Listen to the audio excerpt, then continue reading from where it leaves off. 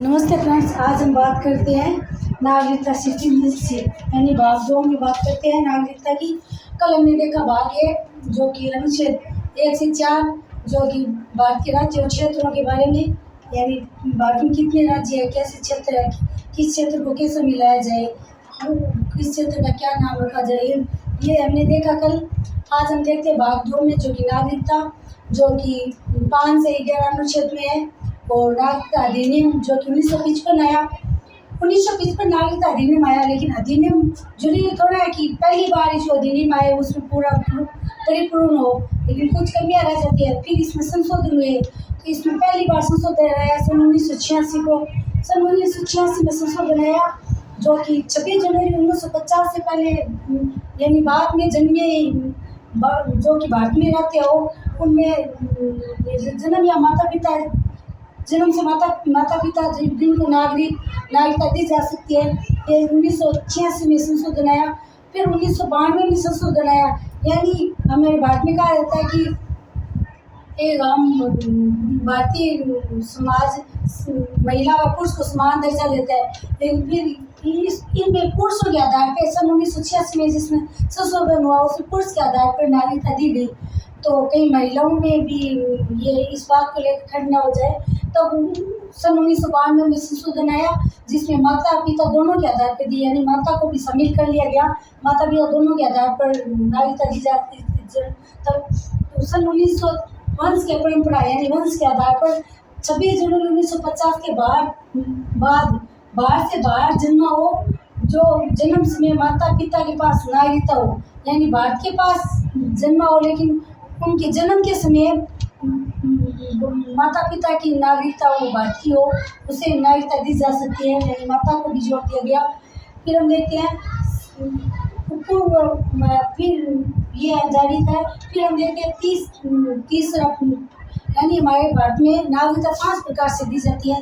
तो तीसरी प्रकार है वंश पंजीकरण के आधार पर, यानी बाय रजिस्ट्रेशन, यानी रजिस्ट्रेशन का निम्न व्यक्तियों का पंजीकरण आधार, यानी जन्म भारत में हुआ हो पर बाहर से बाहर रहता हो, यानी जन्म भारत में हुआ लेकिन बाहर से बाहर रहता हो, उसे भी भारतीय नागरिकता दी जा सकती है। और अगर विदेशी महिला से भारतीय पुरुष विवाह करके भारत में ले आए, उसे उस विदेशी महिला को भी नागरिकता दी जा सकती है। और राष्ट्रमंडल देश, यानी जो पहले भी इंग्लैंड के अधीन थे जो देश, उसे राष्ट्रमंडल देश कहा जाता है। और राष्ट्रमंडल देशों के जो अधीन थे, जो भारत में रहते हो या भारत सरकार के द्वारा यानी राजदूत बना दिया गया हो, या वहाँ यानी कि वहाँ भारत सरकार की वहाँ नौकरी करता हो, वो भारत में नहीं रहता हो, उन्हें भी नागरिकता देना हमारा कर्तव्य है, तो उन्हें भी नागरिकता दी जा सकती है। फिर हम देखते हैं देशीकरण, यानी देशीकरण, यानी विदेशी नागरिक अपनी स्वेच्छा से वो आवेदन करके और 1 वर्ष तक भारत में रहे और 7 वर्ष, 1 वर्ष पूर्व आवेदन करवा दे और 7 वर्ष तक भारत में रहे, उसे भी नागरिकता दी जा सकती है। और नागरिकता दी जा सकती है, लेकिन उसे 22 भाषाओं में से एक भाषा का, हमारे संविधान में 22 भाषा है, 22 भाषाओं में अगर एक भी भाषा का ज्ञान है तो उसे नागरिकता दी जा सकती है। विदेशी पुरुष व्यक्ति किसे कहते हैं?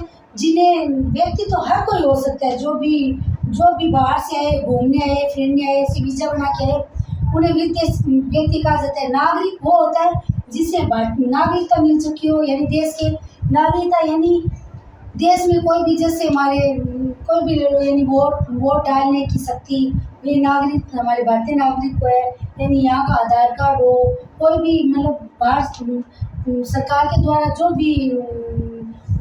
भी सरकार के द्वारा भुगतान मिलता है वो उनसे मिलता हो, वो नागरिकता है।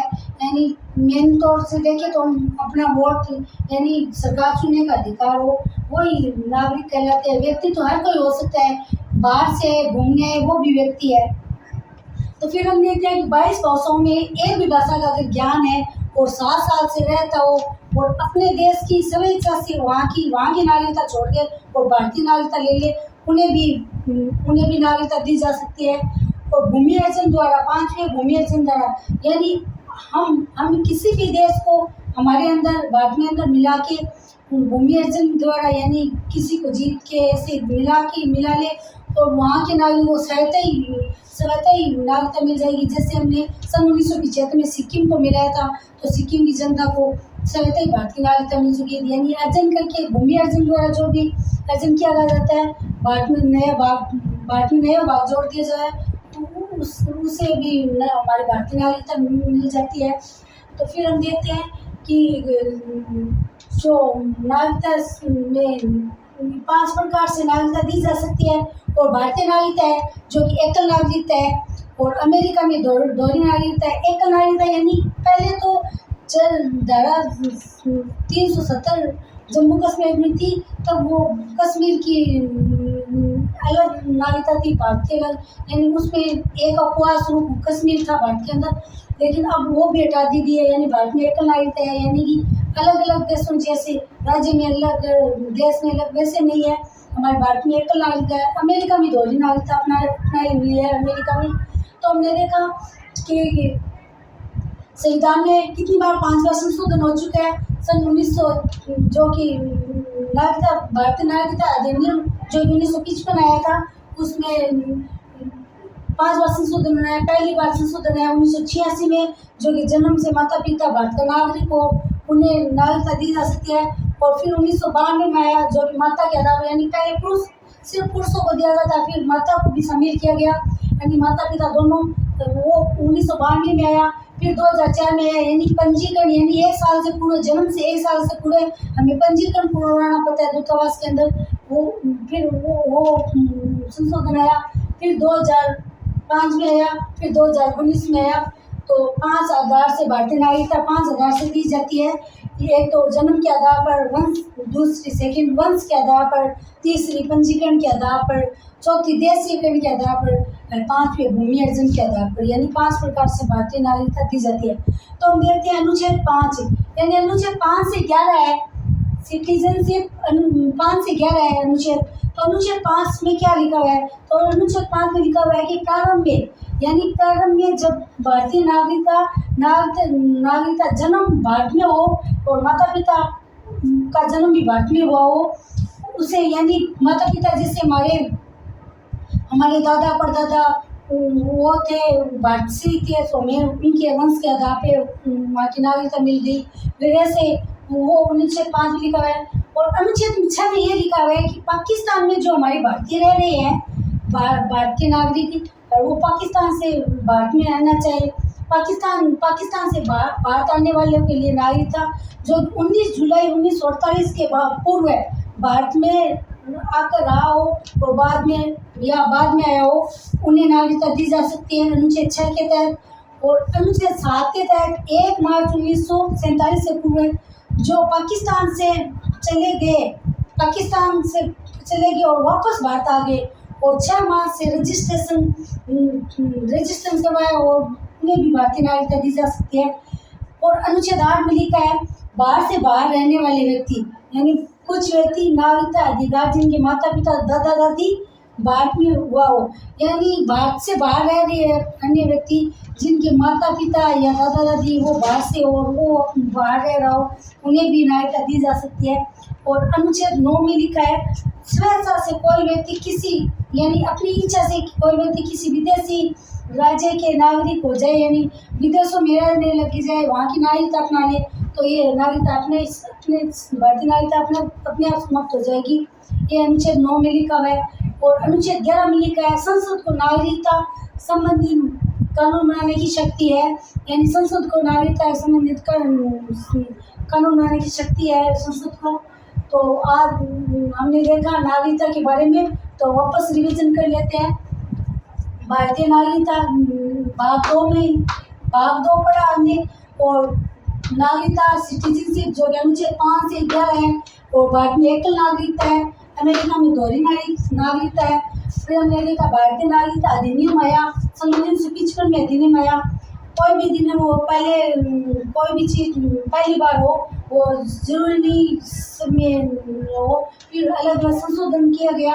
फिर पहला संशोधन 1986 में आया जो कि जन्म के आधार पर, बाय बर्थ के आधार पर। फिर 1992 में आया वो माता यानी पहले पुरुषों को शामिल किया गया, फिर माताओं को शामिल किया गया, फिर 2004 को आया जो कि पंजीकरण के आधार पर, फिर 2005 को आया, फिर 2019 को आया।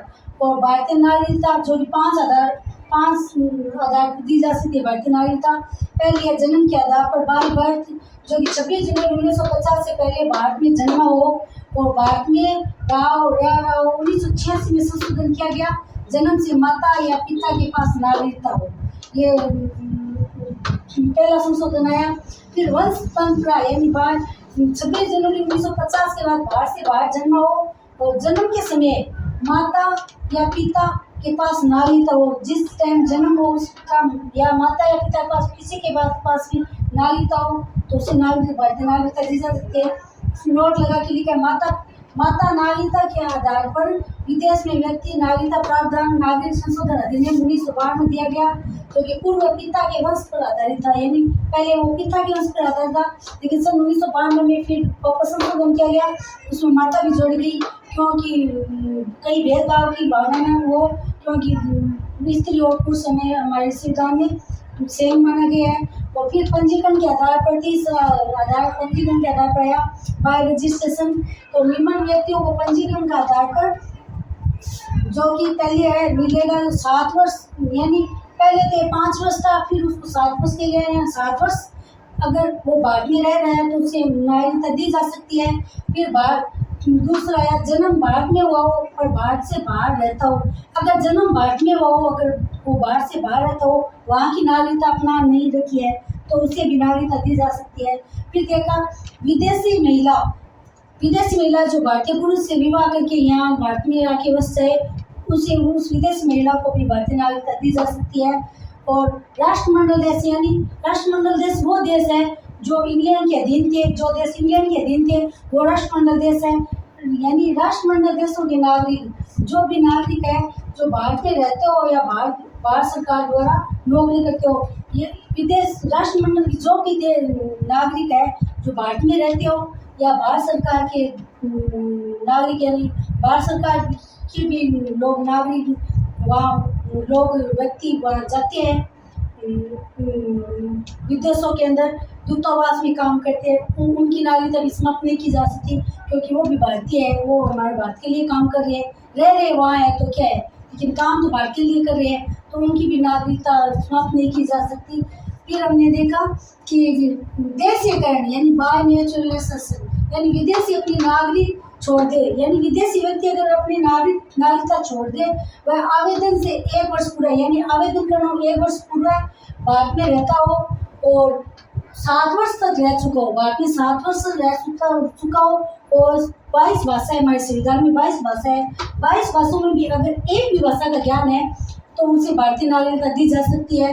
और भूमि अर्जन, यानी भूमि अर्जन द्वारा, यानी हम हमारे देश में कोई भी देश, सपोज करो हम बांग्लादेश को भारत में मिलाए तो वो बांग्लादेश के जो भी व्यक्ति है उनको स्वतः ही भारतीय नागरिकता मिल जाएगी, यानी भूमि द्वारा अर्जन किया जाता है उनको भी, जैसे हमने सिक्किम को सन 1975 में भारत में लिया था तो सिक्किम वासियों को अपने आप ही भारतीय नागरिकता मिल चुकी, वैसे देश भूमि अर्जन द्वारा भारत के कोई नया भाग अर्जित कर सकते हैं। फिर हमने देखा अनुच्छेद, तो अनुच्छेद 5 में लिखा प्रारंभ से नागरिकता जन्म भारत, माता पिता जन्म भारत में हुआ हो, संविधान लागू होने से 5 साल पहले भारत में जन्मा हो, उसे भी नागरिकता दी जा सकती है। अनुच्छेद 6 में लिखा है पाकिस्तान से भारत आने वाले व्यक्तियों के लिए नागरिकता 19 जुलाई 1948 से पूर्व भारत में आकर रह रहा हो और बाद में आया हो, उसे भी भारतीय नागरिकता दी जा सकती है। और अनुच्छेद 7 में लिखा हुआ है 1 मार्च 1947 से पूर्व जो पाकिस्तान चले गए और बाद में वापस भारत आ गए और 6 माह तक रजिस्ट्रेशन किया नागरिकता, उन्हें भी नागरिकता मिल जाएगी भारत की। और फिर अनुच्छेद 8 में लिखा है भारत से बाहर रहने वाले कुछ व्यक्तियों की नागरिकता अधिकार, जिनकी माता पिता दादा दादी या भारत में रहा हो, उन्हें भी भारतीय नागरिकता दी जा सकती है। अनुच्छेद 9 में लिखा है स्वेच्छा से कोई भी व्यक्ति किसी विदेशी राज्य के नागरिक को हो जाए और भारतीय नागरिकता समाप्त की हो जाए, यानी स्वेच्छा से, यानी अनुच्छेद 9 में लिखा हुआ है स्वेच्छा अपनी इच्छा से कोई भी व्यक्ति, जैसे कि मैं हूँ और मैं विदेश में रह रही हूँ, अगर अपनी इच्छा से मैं भारतीय नागरिकता छोड़ दूँ, वहाँ की नागरिकता अपना लूँ, तो वहाँ की नागरिकता अपना लूँ अपनी इच्छा से वहाँ की, तो यहाँ भारतीय नागरिकता अपना आप स्वतः समाप्त हो जाएगी। फिर अनुच्छेद 11 में लिखा है, संसद को नागरिकता संबंधी विधि बनाने की शक्ति प्राप्त है। संसद को भी जो अनुच्छेद 11 में है। तो आज हमने देखा भारतीय नागरिकता जो कि अनुच्छेद 5 से 11 है, और जिनका अधिनियम है 1955। तो आज हमने देख लिया नागरिकता भाग 2 कंप्लीट हुआ। कैसी लगी क्लास बताना जरूर, जो भी सवाल हो आप कमेंट बॉक्स में बताना। अपने दोस्तों व रिश्तेदारों को शेयर कीजिए, अपने दोस्तों जिनको भी क्लास की जरूरत है। आगे क्लासें अच्छी सी क्लासें डालेंगे, जैसे भी शेयर होगा हमारी नई टीम आके भी डालेगी, लेकिन अपने दोस्तों को शेयर कीजिए ताकि उनको भी पता चले चैनल का। जय हिंद दोस्तों, थैंक यू।